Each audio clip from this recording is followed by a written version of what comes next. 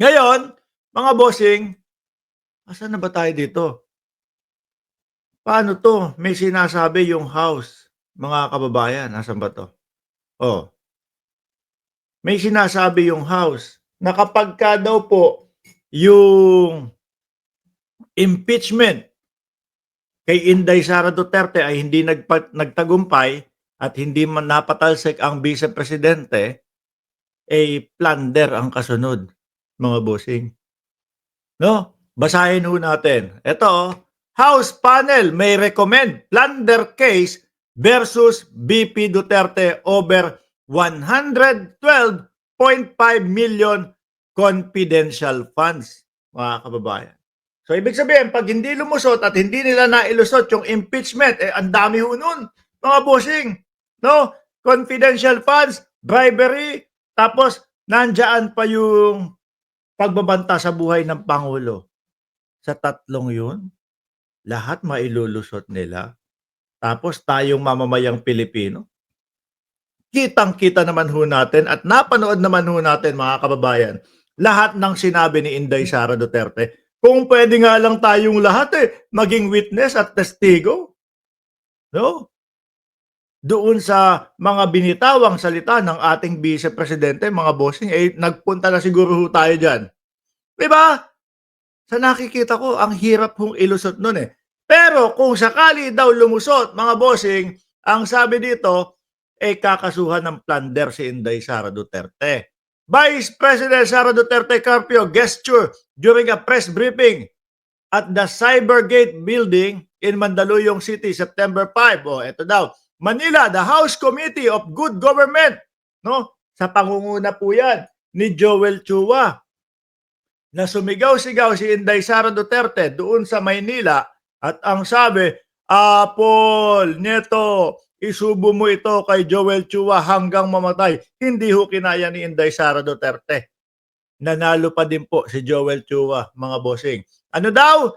The House Committee of Good Government and Public Accountability said on Sunday it is recommending a plunder case against Vice President Sara Duterte over 112.5 million in confidential funds expenses. Wala din lusot, ano? Siguro naiisip nila, nako kung ang pinagmamalaki nitong mga ito, ng mga DDS, number game ang impeachment at si Inday Sara Duterte ay hindi mai-impeach kasi madami silang kaibigan doon. Sige, ang sunod natin, ikaso na lang natin yung plunder case. Baka maghawsaw-hawsaw yung mga senador. Hindi ko pwedeng i-impeach yan kasi kaibigan ko yan Kawawa ang mamamayang Pilipino doon, mga bossing, pag ganun po ang naging nila, estilo nila. At pag ganun ang naging dahilan nila kung bakit hindi pwedeng i-impeach si Inday Sara Duterte. Bakit to? Kasi kaibigan nila. Nagkampi-kampihan.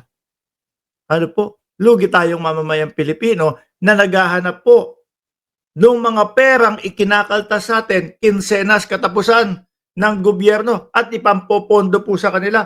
Tapos ganun lang. Nagtaki pa. Di ba? Lugi tayo doon.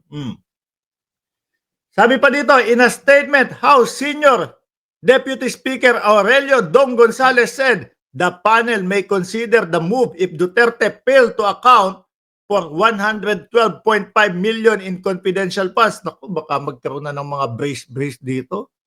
No, magkaroon na ng mga neck brace, magkaroon na ng mga wheelchair, etc., etc.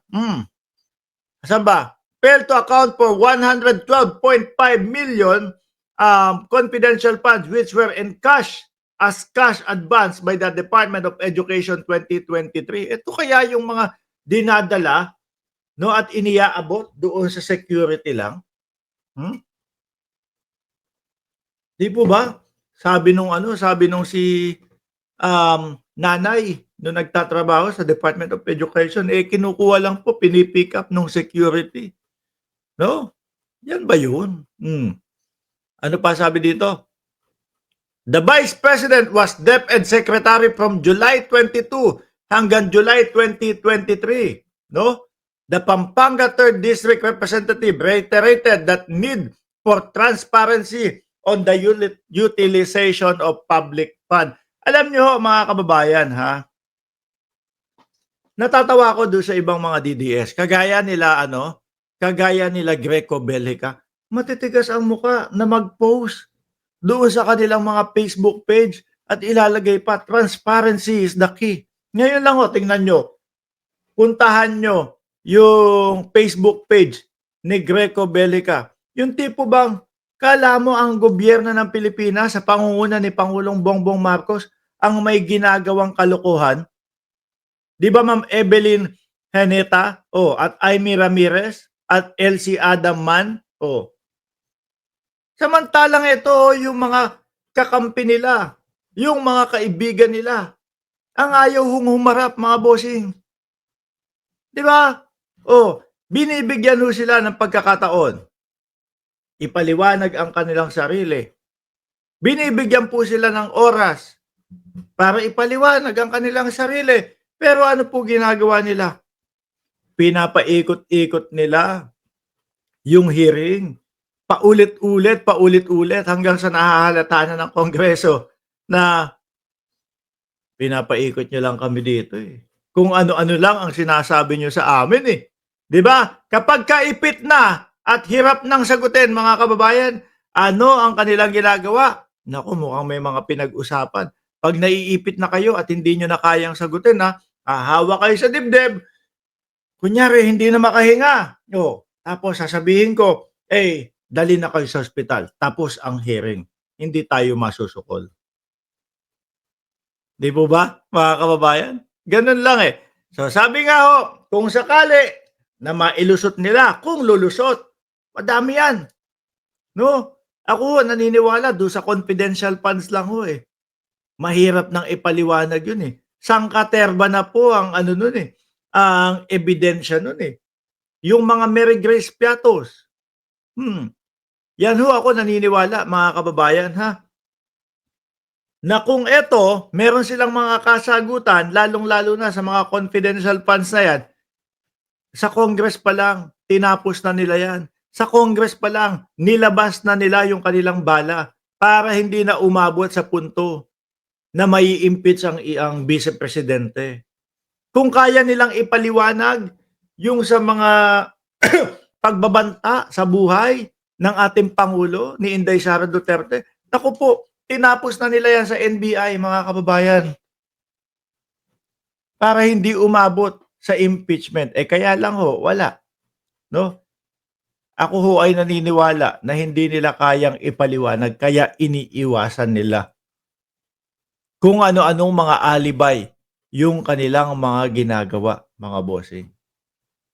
Kaya, aabot sa impeachment mga kababayan. Nagsasaya sila. No? Nagsasaya sila. Naku, ang impeachment, number game yan. Mas madaming kaibigan ang mga Duterte sa Senado. Kapag ganun ang nangyari, hindi pa din lulusot. Dahil plunder case naman ang kakaharapin ni Inday Sara Duterte. Sabi ni Regina Besios, paano niya gawin yun? Untouchable siya? Si Roque? Mamaya natin pag-usapan si Roque. Fokusan muna natin tong kay Inday Sara Duterte, mga kababayan. Di ba? Walang kawala. Yan. Plunder case. Sino ba mga huling presidente na nakasuhan ng plunder? Ang alam ko, Erap Estrada, di ba? Mukhang sa Vice Presidente, kapag nangyari yan, unang-una, si VP Sara. Rohel Magsino, salamat po sa inyong super sticker, sir. Mauuna si Inday Sara Duterte no? Biruin mo.